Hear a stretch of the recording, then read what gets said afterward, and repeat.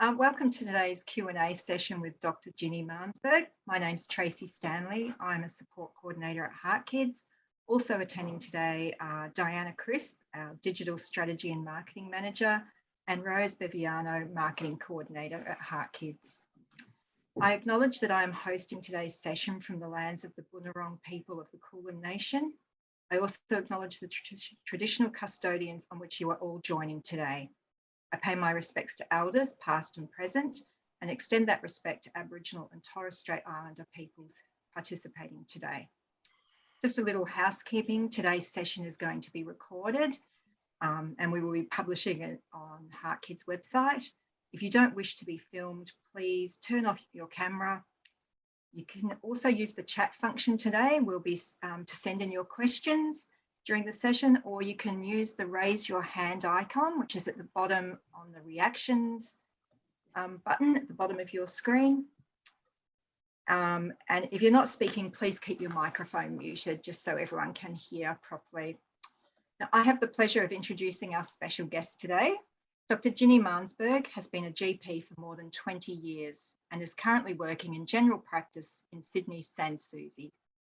Ginni is a specialist in the areas of parenting, women's, children's and general health, seeing everyone from newborns through to their great-grandparents. Beyond the practice, Ginni is a regular on TV as host of Foxtel's Embarrassing Bodies Australia, Channel 7's resident GP on Sunrise and The Morning Show, an expert on SBS medicine or myth. She is a proud ambassador for Barnardos Mother of the Year, sits on the advisory board of the Australian Cervical Cancer Foundation and is a supervisor in the medical facility at the University of Notre Dame. Having completed a graduate diploma of journalism at UTS, she is also an accomplished writer and has worked extensively as a medical journalist, contributing regular feature articles and columns for a range of consumer and trade publications. She is refreshingly real and honest, knowledgeable and engaging, modern and upfront in her thinking. Ginni says being a GP and sharing in the lives of her patients keeps her grounded, and it's her warmth together with her sage and practical advice and her ability to tackle the sometimes difficult health questions head on that make her popular with patients and audiences alike. Describing her family as her greatest achievement, Ginni is also a wife and mum in a blended family of 8, a role that she describes as giving her the inspiration, joy, and no doubt endless stories to share. Thank you for joining us today, Ginni. Thank you. Thank you. Now, we've got some questions that we'll cover off firstly, and then we've got some questions that have been sent on and in, and then we'll open it up to the audience to ask some questions too. So the first question, Ginni, is it important to have a regular GP that knows you and your child with CHD?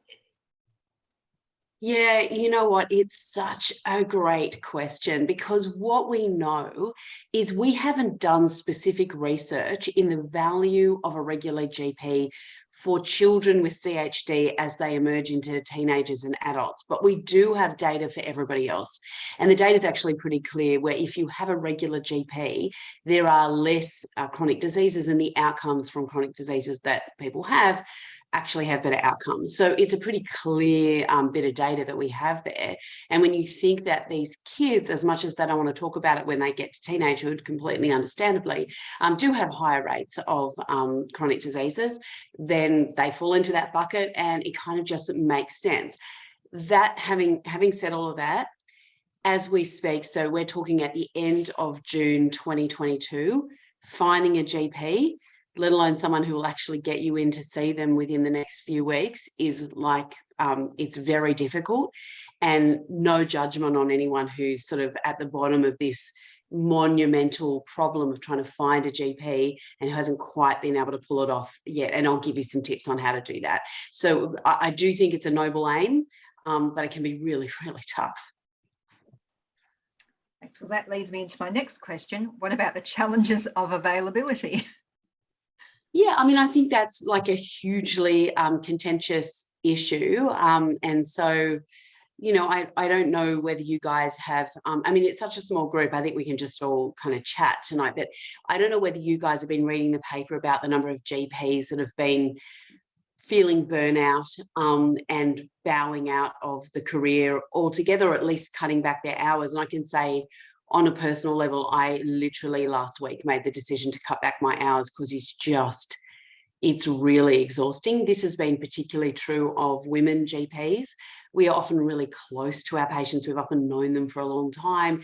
They often open up and tell us about stuff, which makes, it pretty intense at the end of the day.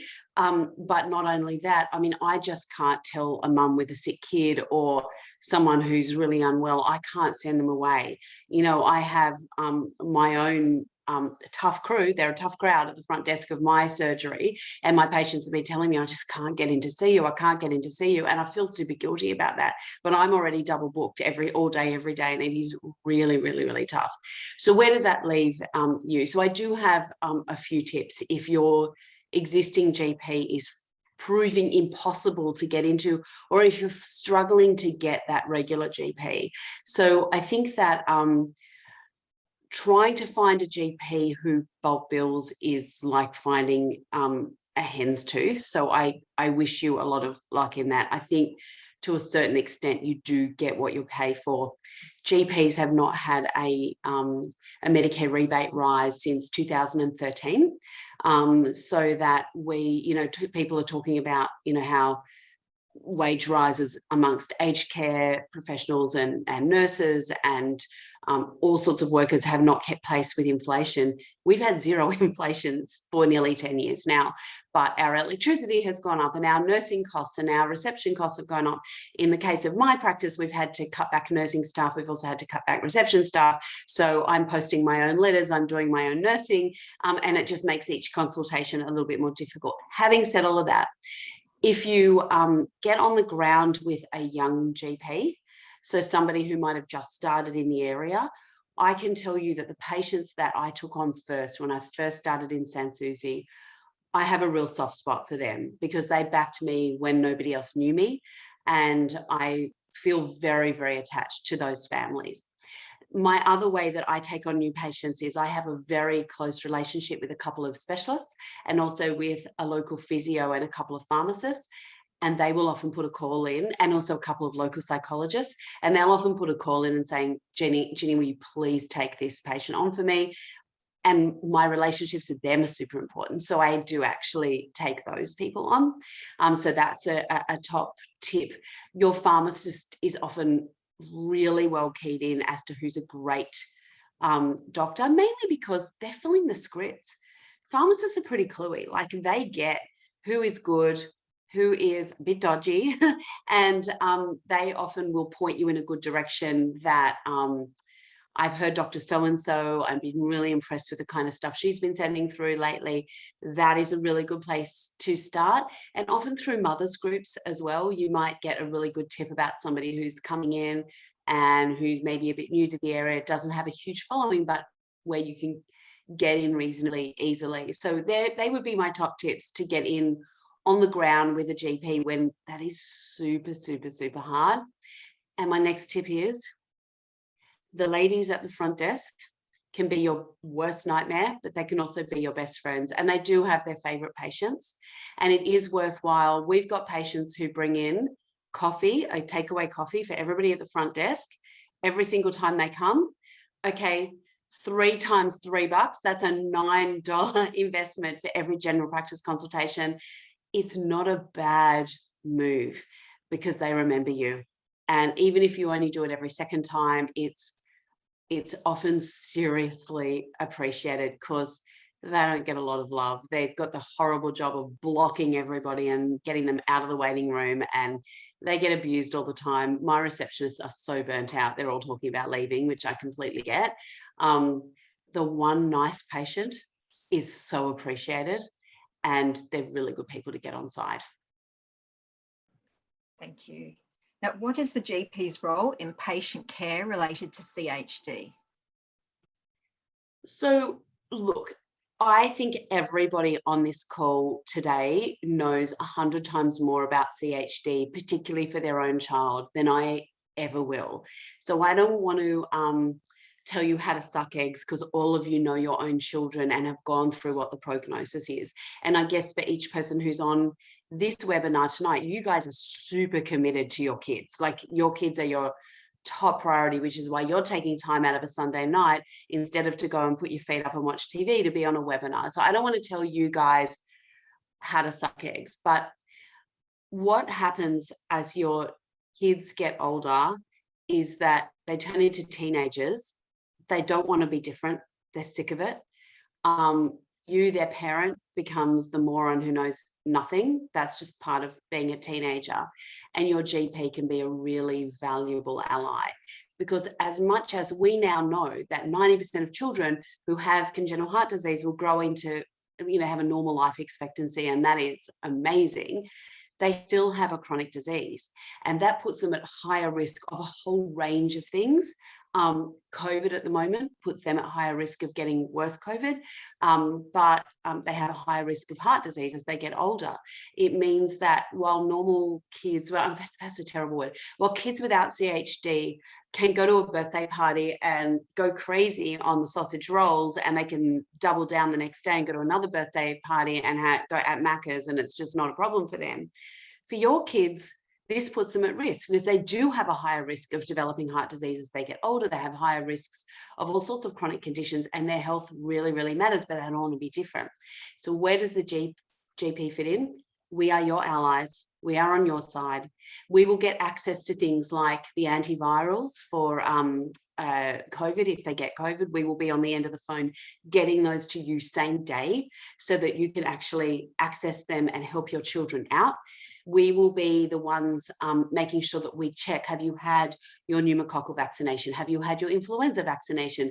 Let's call you up. I've got a recall in my system, says you need your cholesterol and your sugar tested. And yeah, I do need to test your blood pressure. And that takes a bit of pressure off the parents. We will be your allies to help get your kids on the same page as you. I know everyone who is on this call tonight is 100% committed to giving their kids the absolute best normal teenagerhood, adulthood that they can possibly have. But you need help and you need support. And HeartKids is, we all know, right? It's the most amazing organization. It is incredible at providing you emotional support, information, go-to. But it's an organization. They can't give the injections. This is where we come in. They can't order the blood test. They can't do the referrals. We are here. We are on your side. Let us help you do what you want to do, which is get the best outcomes for these precious little ones, which I know you want. Thanks, Ginni. How important is a healthy lifestyle and looking after your mental health? And I think this holistically for the whole family is the gist of this question. I think, Tracy, there's so much to unpack in that. So there's the management of a healthy lifestyle, which is, let's face it, that's important for every one of us, right? For free, we'll throw, not only are we going to reduce your risk of adult heart disease, we're also going to, for free, chuck in less cancer, less dementia, less depression, less anxiety. It's super important for everyone, let's be honest.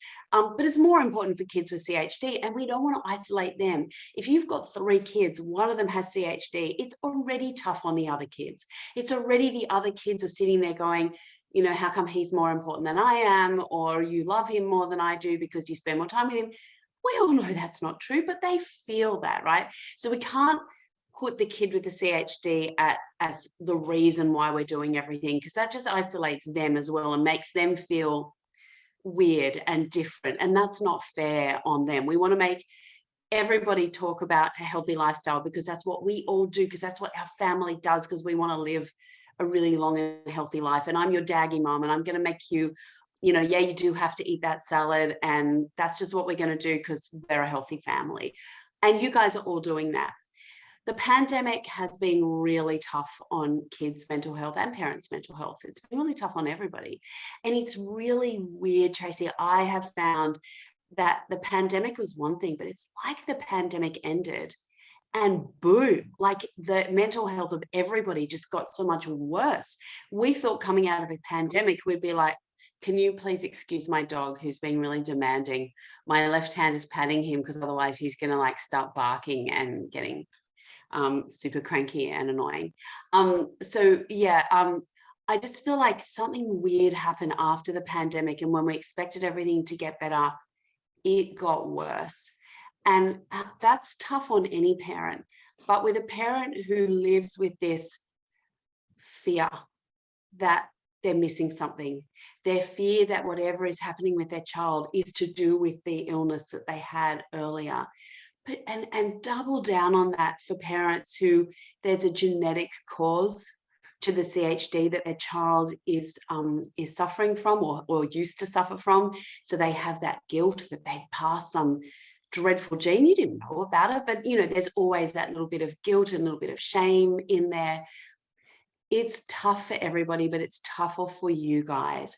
And I know we say this all the time, but if you don't look after yourself, your kid is nowhere. And the best thing that you can do for your child is to take care of yourself. And that means your mental health as well. Right now, I think everybody is working insane hours. A lot of us are working in workplaces where there are shortages, staff shortages. So we're doing extra hours when we could have been, doing, maybe having some free time or going to the gym, but we're not doing that because so-and-so's got COVID and can't come in. Can you just come in a few hours extra? I know you're working 4 days before, but can you just do 5 days just for the time being because we're a little bit short? Everybody that I speak to is at their wits' end, even when they don't have to think about a child with a chronic disease. You guys have it tougher and you have to look after yourselves. This is critically important and we can help you with that. We're the gatekeepers for mental health care plans for you and your children. We are the gatekeepers for assessment tools that helps you. We are terrible at working out whether our mental health is okay. We're not good at it, but we've got the tools that can help you work out what is going on. We can pick up an eating disorder. We can pick up that the other kids, the siblings of the child with CHD is not doing so well. Let us help you because we are here for you. And I'm just going to put a plug in again for HeartKids. I'm guessing everybody who's here is an active member of HeartKids, but they have the tools, they have the resources, they are there to help you and they can help you, I guess, work out which way's up when things are feeling overwhelming and you don't feel like you know which way's up. Let them help you, get a team around you. The GP will be one member of that team. Thank you. Now, I've just had a direct message come through with a question. Which chronic diseases are children with CHD at higher risk of getting?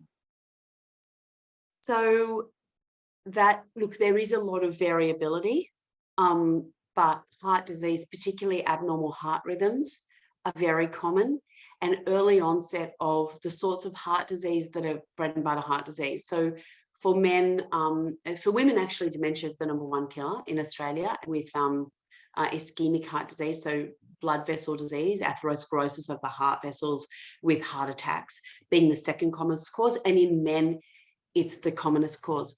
But it seems that if you follow up children who experience congenital heart disease as they get older, they have earlier onset of garden variety heart disease, and as well as the abnormal heart rhythms.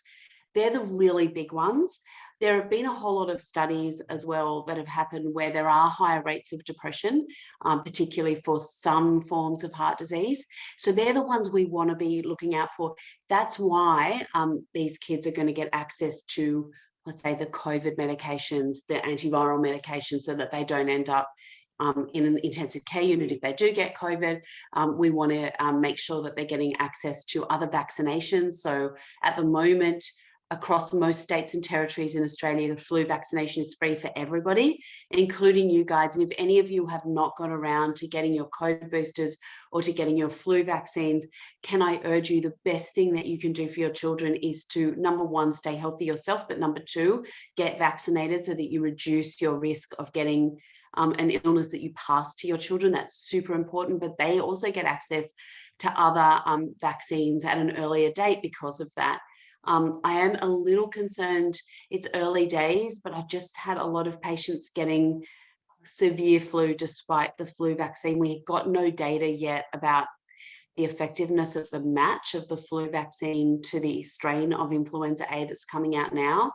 But it seems to me when I see a patient who I would put my head on a block they've got flu.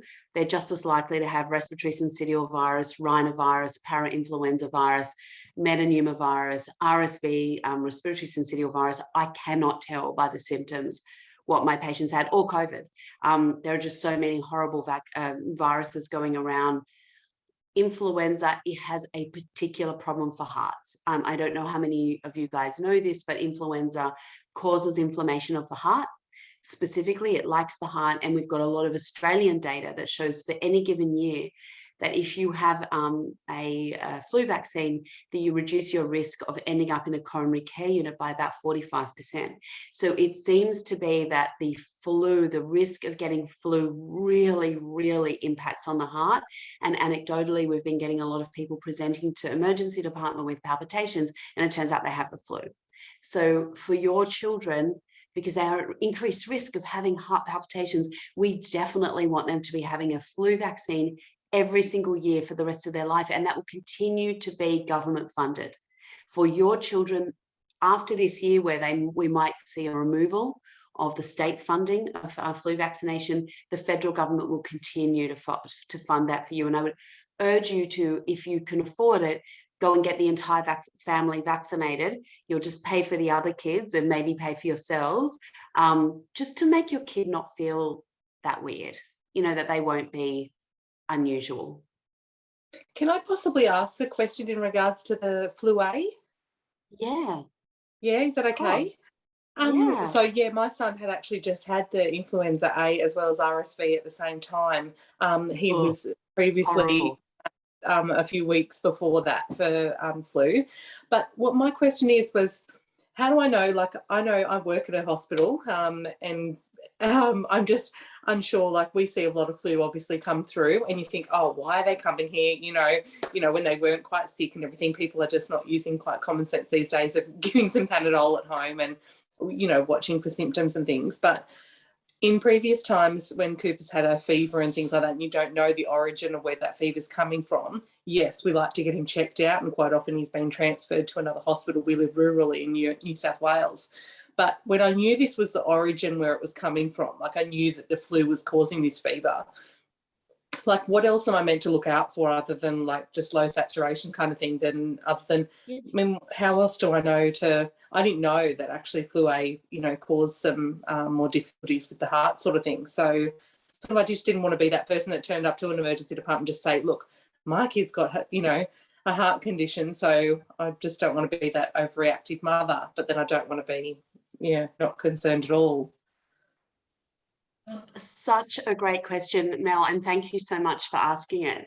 There are some things that are common to children with flu that we would look out for in every child, regardless of their underlying conditions. So the first one is their respiratory rate, so the rate at which they are breathing per minute. And what you can do is you can actually time it, and you can put your hand on their little chest and count the number of breaths that they have, because as they breathe in, your hand will move out, and as they breathe out, your hand will move in. And so what we're looking for is, if we had a respiratory rate over 60, I would be really, really concerned that that child is struggling to breathe. The next thing that will happen is that they will actually have what we call an increased work of breathing if they're struggling to breathe. So you will really see their ribs become quite prominent. And here you can see actually straining, this really gets pushed in here as they're really struggling to take that breath in. And as that progresses, they will turn a little bit blue, and that initially starts around the mouth, and then that goes to the hands. By the time they've got blue in the hands, we're in a bit of trouble. But these days, thanks to COVID, so many of us have a saturation monitor, an oxygen saturation monitor at home. Now, if you don't have one, these things are $75 and they're available at every single pharmacy. They are so cheap, and you can put them on the finger so that you've got a childhood adapter, and it just goes on the finger here. And that gives you two pieces of information: the amount of oxygen in their blood, which should normally in a child sit at around 99%. So of the available capacity for oxygen, what percentage of that is actually in the child's blood at the moment? 99% is normal. I wouldn't worry too much till they got to 95% or below, but that is really a kid who's struggling. And the other thing it's going to tell you is their child's heart rate. Now, a heart rate does go up when they have a fever. And so your first port of call is to try and get their fever down and keep monitoring them. So if you can use both ibuprofen and paracetamol in the same child at the same time, you don't need to choose between Nurofen and Panadol. You can give them both together. And if you can get their fever down, then I would not be putting them in a cold bath. It seems that the rapid lowering of the temperature has in some cases been linked to worse outcomes for children, including the potential for fever fits. So we don't want to lower it too quickly. So don't put them in a cold bath. Plus they hate it. So it's just dreadful. But if your child is still got a very high heart rate, despite you having brought their fever down, and by that I mean about 150 or more, that would concern me, and that would lead me to go to the emergency department. Thank you. Can you enlighten us about vaccinations specific to people with CHD? So the importance of vaccinations and tips for helping people who have needle phobias, please. Okay, so in terms of the vaccination, unfortunately, we need to distinguish between the recommended and the funded that are not necessarily the same thing. So things that are recommended for children with congenital heart disease include, for example, meningococcal B vaccination, which is recommended for children with congenital heart disease. However, it's really expensive, and unless you live in South Australia where the state government has taken on funding all children against meningococcal B, so for meningococcal B vaccination, you will need to pay for that. And it is for children under the age of 1 when they have their first shot. That is $150 per shot, and there are 3 of them. For children who start the vaccination process after the age of 1, there are 2 vaccinations of meningococcal B, and they're $150 each, but it's still that's $300. And then what's really difficult is, do you only vaccinate the child who's more vulnerable, or do you say, because they tend to spread in families, we're going to vaccinate everybody? Particularly the children. And the peak age for meningococcal B is the first 2 years of life, and then the teenage years. So if you've got a family full of 7 or 8-year-olds, that's a really big expense. And I don't want to insist that everybody has those expenses, because having a child with CHD is incredibly expensive anyway, and you don't need additional expenses. But I'd probably do get their vaccinations done at around age 12. But once again, it's not free. There are going to be 2 vaccines, and they're $150 each. Other than that, it's a funded influenza vaccination, and all children get vaccinated against pneumococcal. So invasive pneumococcal disease, which is a bacterial illness that causes everything from meningitis to pneumonia, but also a blood poisoning that has a worse prognosis in children who have had congenital heart disease. That is a standard vaccine. So you will see that the vaccination for invasive pneumococcal disease is done at 2 months, 4 months, and 12 months. And so it's a well done vaccine. In terms of when that wears out, it possibly wears out after about 10 years. So we want to be looking at redoing that, but again, it's not funded. So unfortunately, it's not funded again in Australia until you turn 70, even though it is recommended. It's not funded. If you go onto the National Immunisation Program, if you Google that and then you search within that congenital heart disease, you will find a full list of recommended vaccines, very few of which are funded, but the flu vaccine will continue to be funded. For anyone who is yet to vaccinate their child against flu, the first time you do it, there are 2 vaccinations a month apart. Thereafter, you will never need to do 2 again. It's only ever once a year. But we do recommend at this stage that you get your child vaccinated every year.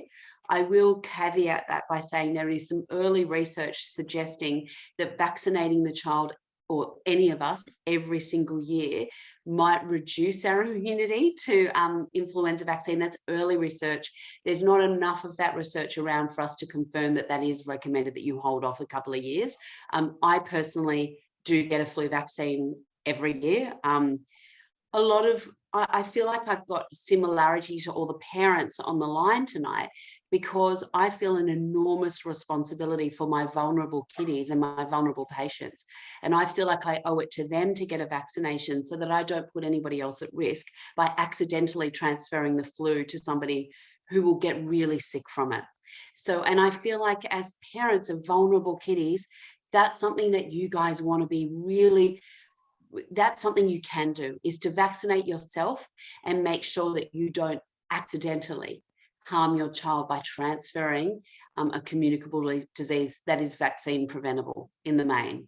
I'm a bit concerned about this here at this point. And is this also relevant? We've got a couple of heart adults here as well. Is that also relevant, I suppose, for those adults with congenital heart disease? Yeah, so because adults with congenital heart disease continue to have that earlier onset of ischemic heart disease and a higher rate of abnormal heart rhythms, the government will continue to will continue to provide at federal level your flu vaccine, because there is such a link between influenza and the heart.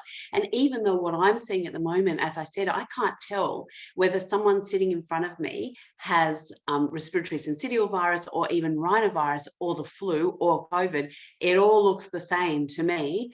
We know that flu has a particular predilection for the heart and has a particular predilection for giving you heart palpitations. You guys are already at risk. So we want to make sure that you are looking after yourself and doing whatever you can to reduce your risk, whether that is no, don't smoke, don't drink too much, do some exercise. That stuff is going to be critically important for your longevity as you get older, but we do want you to also have a flu shot because it's just so important. Thank you. Now, some questions that have been sent in. One mum, she said, probably like most high schools, the ratio of teenage vaping is huge. Her 2 teenagers have been caught for the second time vaping. The youngest has CHD. They've sat him down, tried to tell him, the consequences of vaping, but it's not getting through. Her question is, how serious is vaping with children with medical conditions such as CHD? And how worried should I be that I can't stop it? That's my question. Serious trouble. Yeah, so I think you guys all share the concerns that I think most parents of teenagers share across Australia, regardless of the underlying conditions. We still don't know how serious vaping is for teenagers because it hasn't been long enough, around long enough for us to study the impacts of it long term, let alone as a subset of children with congenital heart disease or teenagers who previously had surgery or some other intervention for a congenital heart problem. We don't know. However, one of my concerns is that as much as in Australia, the legislation changed so that you can only get a vape with nicotine in it through the prescription of a doctor, that is absolute BS. You can get it from any tobacconist. It is so easy to get. You don't even need to go behind a counter and do some sneaky, can I buy a special vape? It's just, can I have a nicotine vape? Here you go. And it seems to me that in my practice, young kids are totally able to get this stuff. So if they tell you it's a vape without nicotine, I don't know if I'd believe them. The second thing is, apart from the nicotine, which we know puts up heart rates and puts strain on the heart, and long-term has implications for increasing the risk of both abnormal heart rhythms and also atherosclerosis of the coronary arteries, we also know that there's other chemicals in these things that they are inhaling deep into their lungs that they will very easily cross over into the bloodstream. And we don't know what they do to the heart. There was that sort of syndrome where where adults in America were actually admitted to intensive care with heart problems because of one of the chemicals in a vape that was being ordered online. And it took them a long time to work out actually what that chemical was. They don't disclose what's in there. And you don't know what the long-term implications are. So how do you get a teenager to stop doing something they want to do that you don't want them to do? And it's really, really tough. And it's the $64,000 question. But I would be really careful about just going, don't you dare vape. If I find out you're vaping, I'm going to take your phone away, which is what seems to be the response of every single parent with a teenager because it hits them where they hurt. to them linking vaping to I now don't have my phone, which means I have no connection to my friends. I don't know what's going on. It is the worst thing ever. And all they're going to feel now is aggrieved and like you're a cow. And I don't have to listen to anything you say because you're just a cow and you're out to get me and you're trying to hurt me, which is, I kind of get where they're coming from, right? Because it seems like a little bit intense. What I think you need to make sure that you've got with your kids, your teenagers, is that real connection, which is tough to get, but it's never too late to get a connectedness. And to get connectedness, you're going to be listening to them. You can't just talk with them. You got to listen to them. You got to ask them. I don't get why you're vaping. I mean, I kind of get it because there were kids at school who were smoking when I was young, but can you explain what happens when you vape? What do you feel? What's good about it? Do you have any fears about it? They will tell you because they've watched some TikToker that vaping is totally safe and it's so much better for them than any smoking, and they'll tell you that. And that's where you need to have your research done. Because if you come up with some rubbish like, no, vaping is really bad, people have a vape and then they die, or people have a vape and then they become a heroin addict, they're going to know that you're full of it. And then you lose credibility in their eye. So you've got to hear what they have to say and then go back to them with, okay, I get that. That makes sense. But I'm concerned because I'm really worried about your health. You know your child better than anyone. You can either say to your teen, I am concerned about your health because you have this heart disease. They might get sick of hearing that. And you will know whether your kid just gets their back up every time you mention the word heart and you just talk about health in general, or whether that will really actually resonate with them. You don't get to do what everybody else does because of your heart. And that's going to be a very individual thing. I think we need to listen with compassion. I think we need to collaborate with them. Okay, everybody's vaping. They all go off to the bathroom, which, by the way, bathrooms in many schools are a safe space. I hate that because it means teachers are not allowed in there anymore because it's like not safe. And so then all of a sudden, you know, they're all in there vaping every lunchtime because no one's going to catch them, right? Which is a big disaster. But okay, so all your friends are going to vape in the bathroom. What can we do? How can we kind of go, what could you just go, you know, I tried vaping, it made me feel sick. I just like, I'll come with you, but I don't want to do it because like it makes me feel sick in the stomach. Or I'm allergic to one of these things and I can't have this one, but I've got some at home, I'll bring them tomorrow. Whatever it is, help them out so that they can safely keep their reputation intact without having to risk everything, right? Because teenagers don't want to stand out in the crowd and they don't want to be different and they don't want to be a pariah or be a laughing stock or, oh, what's wrong with you? You're too good to vape with us or whatever. They don't want to do that. So collaborate with them, get them on board. Just go, hey, you know, I've got it. I get you. I know like there's a lot of peer pressure around. Let me help you out with that. And so that's that real compassion, the connection, the collaboration, the competence so that you make sure that you are speaking not out the side of your mouth so you actually know what you're talking about. And then the confidence. Sometimes you need to fake it till you make it with teenagers and just go, listen, we're not doing this. This is not on. We're not doing vaping. And you've got to kind of puff your chest up and kind of go in with a lot of confidence, even sometimes so you don't feel it. That's a lot of reassurance because I'm doing all of that exact approach and everything this time. So yeah, thank you. Yeah.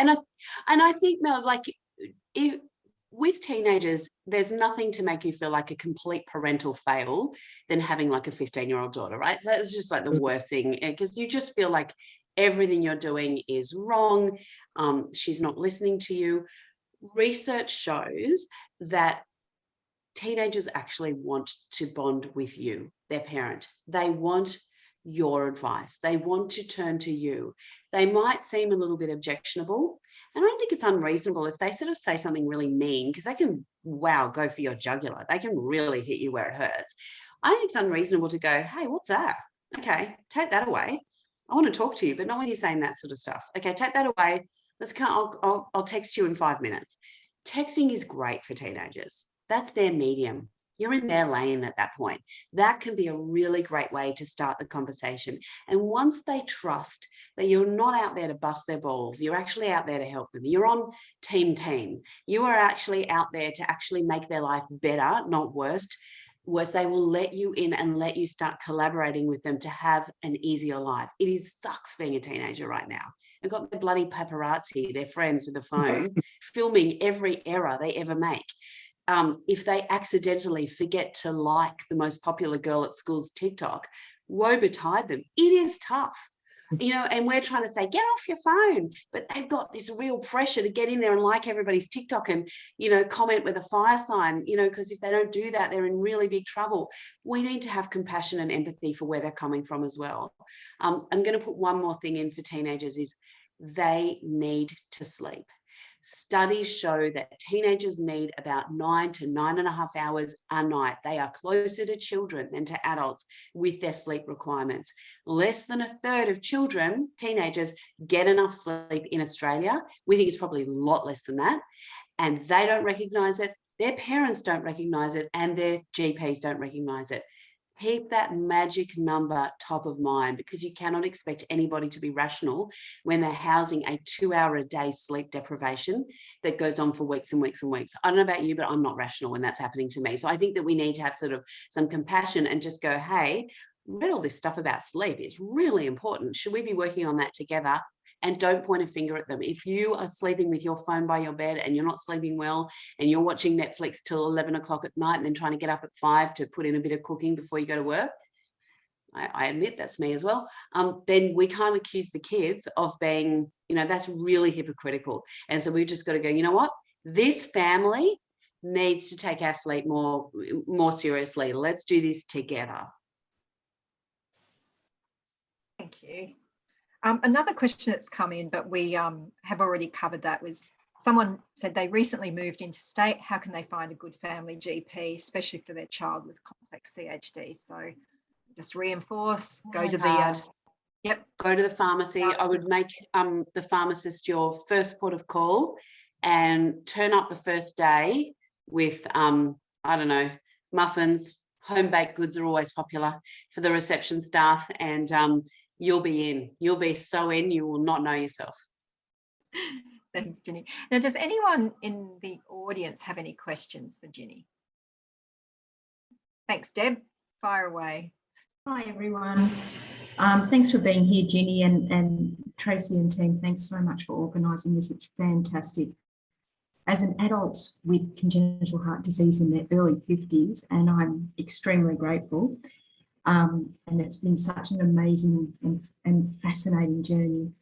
What my question to you, Ginny, is with the GPs, are they actually, is there a part of their training that's related at all to CHD? Because the dilemma that I have over the years, and being from the healthcare industry myself, is that a GP will feel my pulse and send me to ED, even though I know that it's not ED necessary.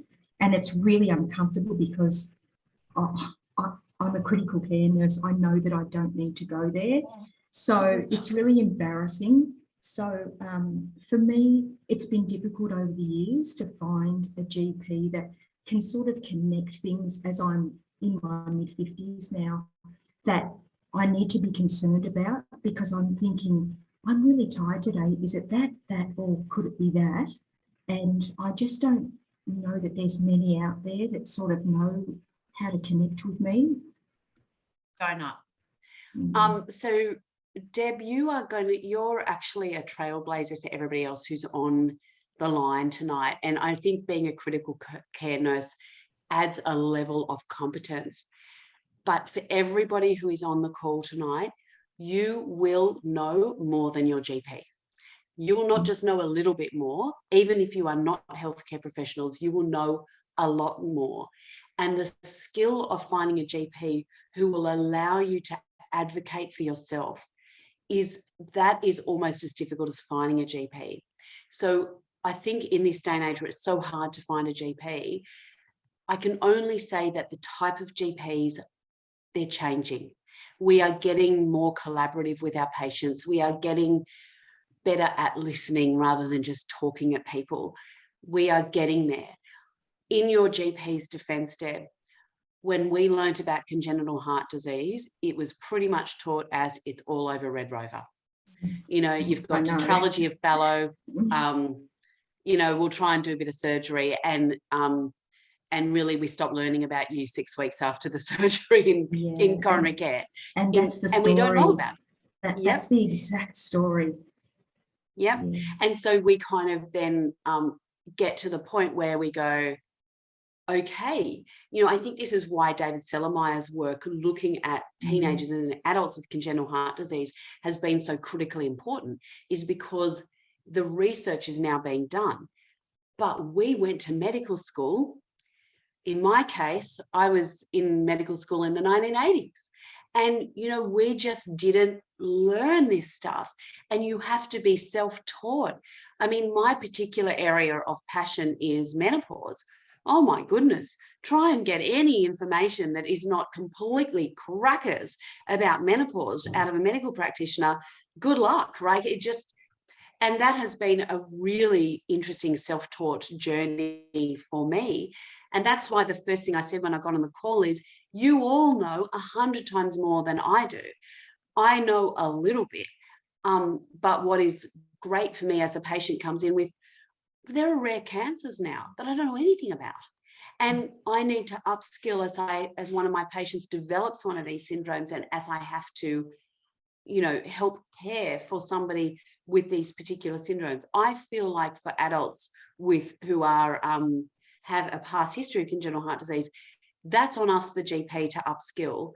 But if your GP is too busy, then that's on you to get the powers of persuasion to say, I hear you and thank you for your care. I've got this. Because what you're at risk of is not your congenital heart disease coming back. That's done. Time out on that one. What you're at risk of is this higher rate of complications. And it doesn't mean that you need to all of a sudden have an emergency trip to intensive care or to emergency department. What you need is to make sure that you're keeping up to date with your adult cardiologist to check to make sure that you're not getting, that you don't need a stent. That's not going to happen overnight.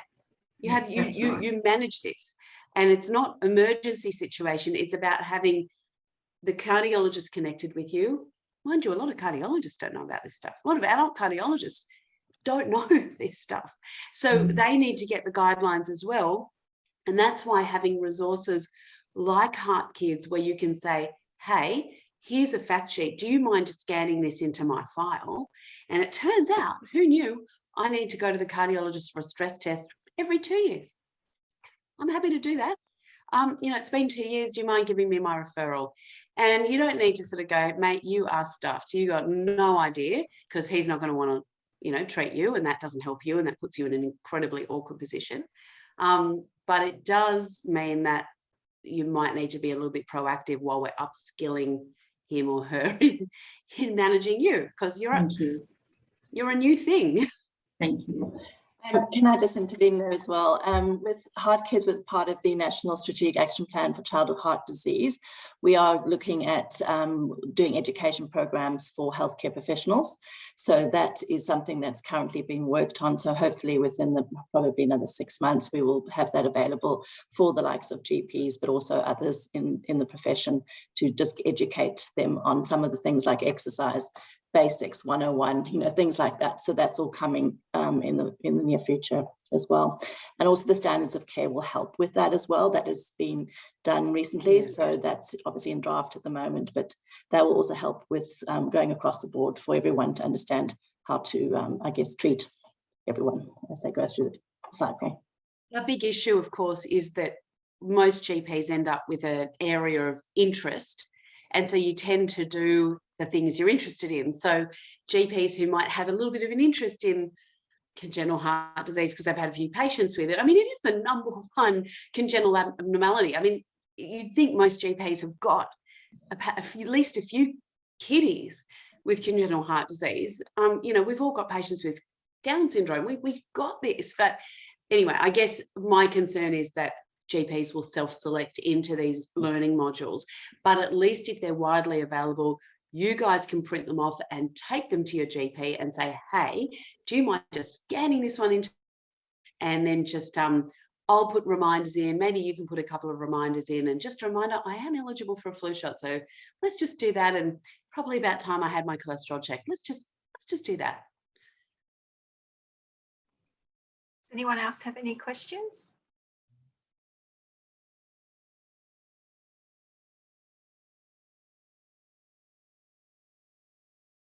I do have one that one of my colleagues sent in, so I'll fire away with that one.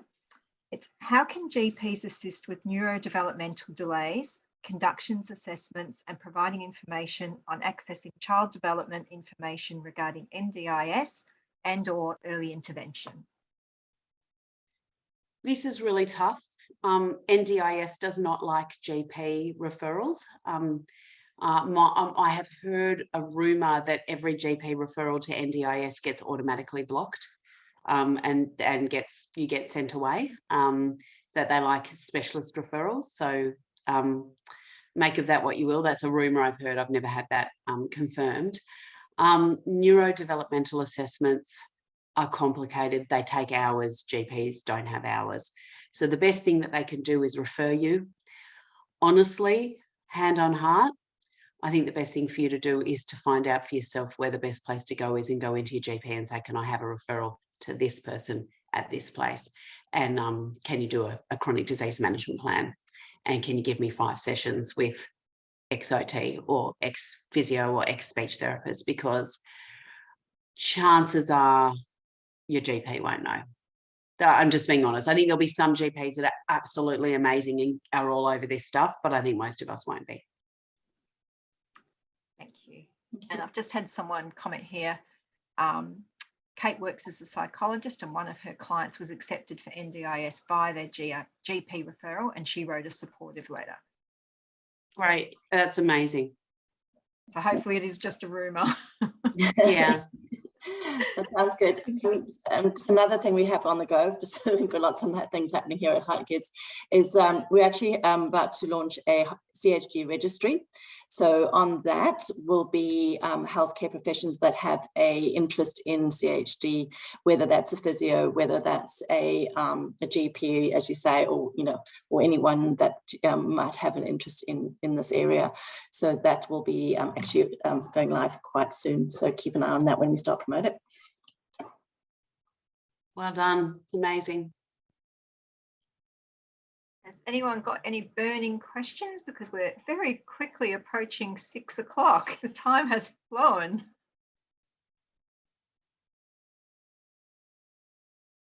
That doesn't.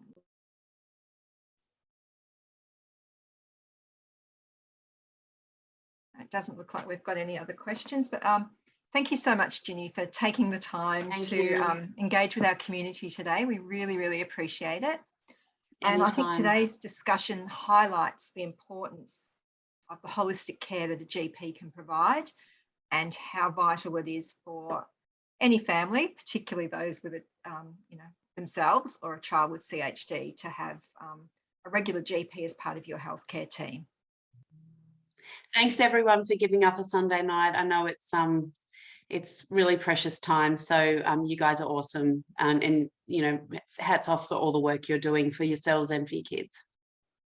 Thank you. And I'd also like to say to everyone, if you've got any feedback about today's session or any future sessions you would like, please email me.